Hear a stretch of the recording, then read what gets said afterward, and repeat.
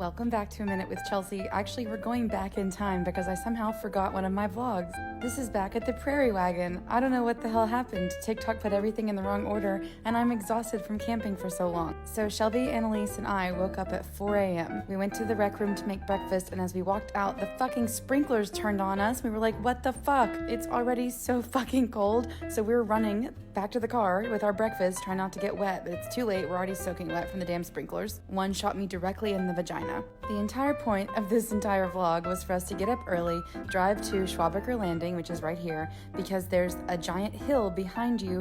The sun comes up over the hill and it slowly hits the peaks of the Grand Tetons. Mostly it was just cold and miserable, and I am not happy. Look at me, I'm so cold and miserable. But look at all these people. Everybody is there with a time-lapse camera. Everybody's there with a tripod. They want to film the sun hitting the top of the mountains and then coming down the mountains, and it's like a beautiful thing. Now, the problem is you've got three imbeciles, me, Shelby, and Annalise, and we're all stupid and we're all tired. And everyone is being quiet and demure and mindful, and we are not. We are being stupid and loud and annoying and doing things like that, and I cannot even control it. I don't know what the hell's happening. I just know we're stupid right now. Look at this beautiful aesthetic shot Shelby took, and then look at this. This all happened because there was a man in the parking lot. We moved our car to give him space to park. Then I tried to get out of the car, and he got pissed because I was trying to get out before he could. He tried to open his door and block me in. I was like, sir, we did you a favor, don't be rude. Then this man walks up behind Shelby, and I said, that's him. It was like an hour later. I said, I'm committing his face to memory so I can hate him for the rest of my life. And Shelby said, Chelsea, that's not even the same man. And that's what sent us off. That's what started all of this, because I was so serious about hating that man for the rest of my life, and it wasn't even the right damn man. I don't know what men look like. I don't pay attention to those people. Here is a time lapse of the sun hitting the Grand Tetons. It doesn't even look good because it wasn't. I said turds, and Annalise said fart. Yep, there she said fart. You see her? Then we saw this giant heron fly by, and immediately it took a big fat shit, and that also sent us off because it was like, look at this majestic bird. Fart shit dump. We could not be normal the entire day, okay? But yes, it is a beautiful place. It's majestic. I'm gonna say something that you're probably gonna hate me for, and I'm just gonna say it and get it over with. But I thought that Grand Teton National Park was more. Okay, I thought there was more to it. Did you know that it's just the Grand Teton Mountains, and you just drive in a big circle and look at it? And then every time it's like, hey, pull over for this view, it's just another view of the Grand Tetons. I looked at the Tetons every 5 minutes. They were like, hey, why don't you hike up here? You know what you're gonna see up there? The Grand Tetons. You wanna go to Jenny Lake? Yeah. Do you wanna know what you get to see from Jenny Lake? The Grand Tetons. At one point, Annalise was like, did you know that this is all there is? It's just looking at these same mountains over and over. And I was like, no, I didn't know that's what we were doing. And don't get me wrong, it's amazing, but I think we might have spent too much time here because we were like, well, there they are again. I'm a bigger fan of Yellowstone because of the water and the wildlife and the trees. Also, Beaver Dick Lee, that's a famous person, apparently. Someone who used to do fur trapping, I think. I don't know. I'm not Google. I don't remember.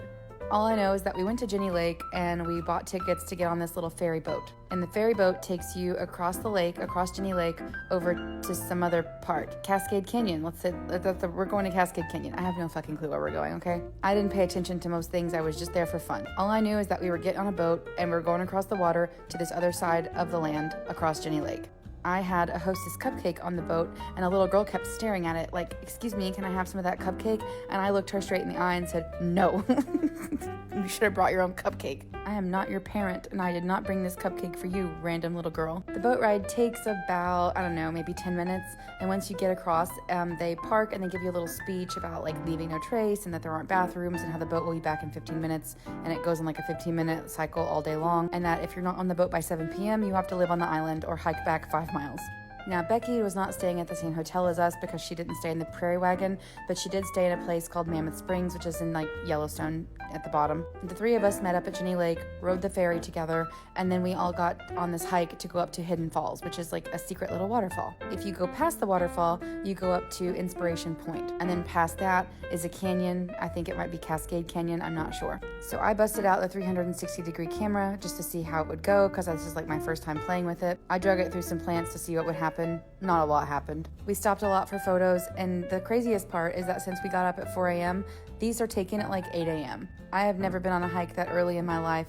I'm already a mile and a half in and it's 8 o'clock. And of course, Shelby caught me putting my coat on and off with the camera in between my legs, and I was like, what are you looking at? And I was like, oh, I got a camera dick, don't I?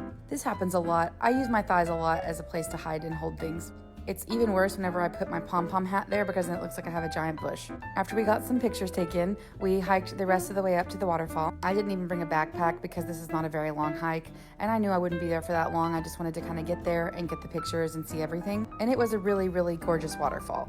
But a lot of people were hiking all the way up to the base of it, and I was like, I'm not doing that. That seems against the rules somehow. Scranton, what the electric city. I was way more involved in these little ground squirrels. I love tiny little rodents. I cannot help it. Look how cute it is. I want to eat its little face. Their ears look like tiny little cookies on their head. I want to pick it up and chunk it across the room into that waterfall with love, not out of hatred, out of cute aggression. I want to chomp its face. We took some more pictures. Mostly we felt stupid. I think we're also slap happy. Here's a dog. I forget his real name, but I called him Winston. Hi, Winnie. He's so cute. His dad was like, he won't look in the camera. He doesn't like phones. And I was like, Charlotte is the same way. But he was very sweet and he was very out of breath. And I was like, maybe he's not a hiker. Maybe he likes to be inside and eat meatballs because he looks like one. Then it was time to split up. Becky went across this bridge and we said goodbye to her. She was going to continue the hike and go up to Inspiration Point. And I was like, I don't have the energy. I have had a lot of chronic pain on this trip already. My joints are kind of giving out on me. I'm actually a little bit sad about it. I kind of feel very nervous that maybe my hiking career will not last as long as I want it to. But I wish I would have pushed myself anyway because this is what Becky ran into on the hike. Are you fucking kidding me? Look at that thing. She was maybe 6 feet away from this fucking moose. And I was like, weren't you scared? And she was like, no, it was just eating and it wasn't bothering anybody. But like you turn the corner and there it is. You can't really get away from it. He's just there. I have never been so jealous of anyone in my entire whole life. All I've ever wanted is to see a bear or a moose on a hike, and I have yet to see either one. And Becky was face to face with a big fat moose, and I'm so fucking sad I missed it.